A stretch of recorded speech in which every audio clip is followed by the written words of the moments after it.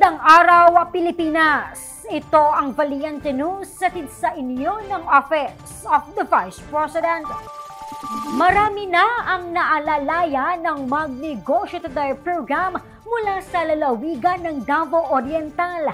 Ang ilan sa kanila, kilalanin natin sa ulat ni Jera Gomez.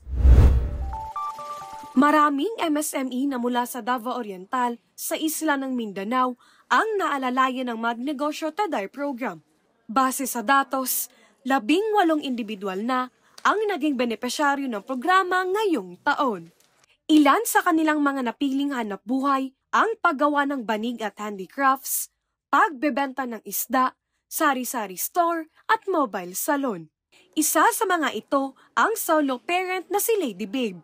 Maliban sa pagkakaroon ng computer shop, pinasok na rin niya ang pagtitinda ng burger at frozen products. Ani pa jud kaayo. Ay additional income yun siya, dako siyang tabang yun. Dako jud kaayo siya, ma'am, as in sa pangadlaw-adlaw na gani o rolling sa labi na sa financial. O kay na ko yung mga anak duha tapos solo parent, murag dako jud siya. Dako jud siya. Plano naman ni Lady Babe sa natanggap na puhunan. Idugang na ko sa kuan sa frozen products. Kailangan yung mga butin o kailangan ko ka ng mga sudlanan o additional na ko siya. Ipinagpapasalamat ng mga MSME mula sa Davao Oriental ang suporta at pagtitiwala ng OVP sa kanilang kakayahan bilang mga entrepreneurs. Dako kong pasalamat sa iya nga sa Vice President kay nganuman yatagan man niya og kapital, additional capital. So kanang additional capital amo gyud nang i-rolling jud namo sa katong proposal namo nga among gikuanan diri. Nagpasalamat jud ko sa Office of the Vice President nga na-appeal mi ani nga programa kay dili mi tanan makabil ani ma'am.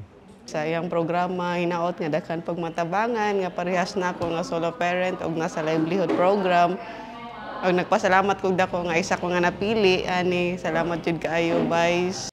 Maliban sa nasabing probinsya, nakarating na rin ang mga serbisyo ng tanggapan sa iba't ibang bahagi ng Davao del Sur, Davao del Norte, Misamis Oriental at maging ang Kalamansig sa Sultan Kudarat. Mula rito sa bayan ng San Isidro sa Davao Oriental, ako po si Jera Gomez. Lahat para sa Diyos, bayan at pamilyang Pilipino. Valiente News. Marami pang mga balita ang dapat abangan dito lamang sa Valiente News. Ako si Claudette Loreto para sa makabuluhan, naninindigan at matapang na mga ulat at impormasyon. Maraming salamat.